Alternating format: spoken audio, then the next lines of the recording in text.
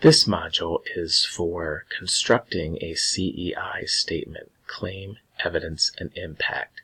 So I encourage you to look here at this resource on Canvas for week 9, which will show you how to construct that statement. And then I also want to draw your attention to the Danielson CEI collection form, which also has the same model as you're collecting data for your observation.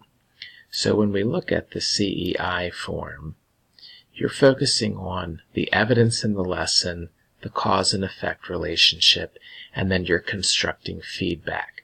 So in the quality of evidence, you want to think about what the objective is. You want to capture examples from your data collection that help lead you to your conclusions. You want to think about the relationship between teacher practice and student results.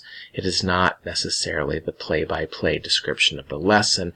It's feedback related to the student learning related to the Danielson domains.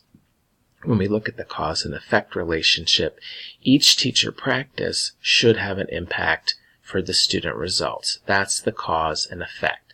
So the evidence is looking at the illustration and the link between the student and the teacher practice, and then the impact is actually what you saw have happen.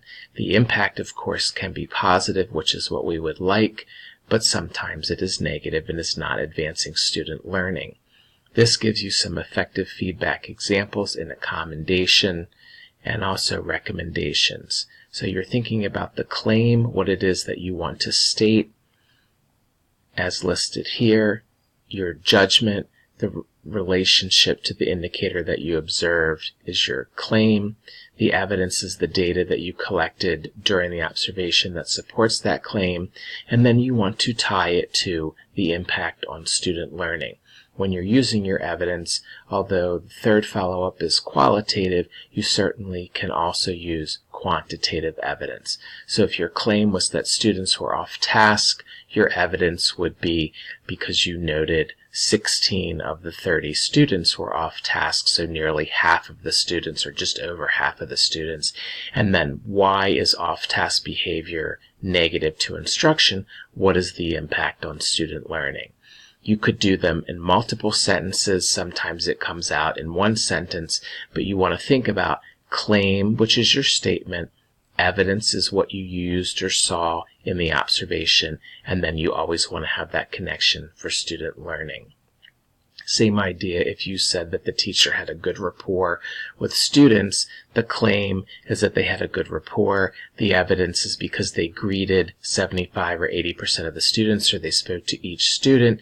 But then why is that important? It's going that extra step to state what is the impact on student learning. Does it allow the students to feel comfortable and safe, take risks? Are they more engaged because they connect with the teacher, whatever it is? You have your claim, your evidence, and your impact.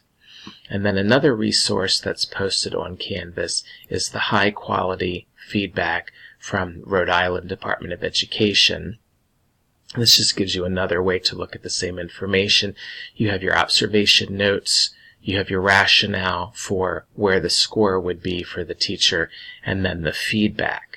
When you're looking at quality feedback, what they suggest is that you prioritize the feedback because a teacher can't do everything.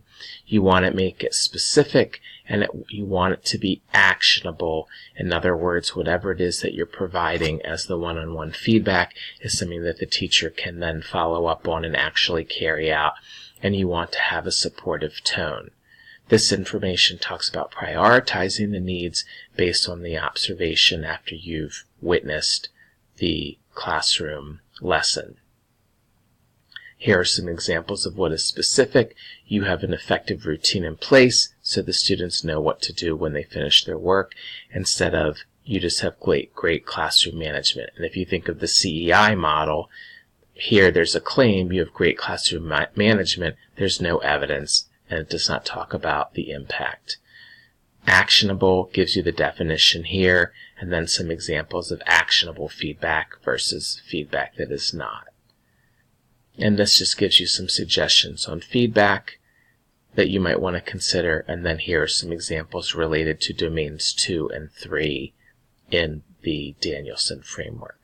So I encourage you to look at these resources. This resource, High Quality Feedback, is located here also on Canvas.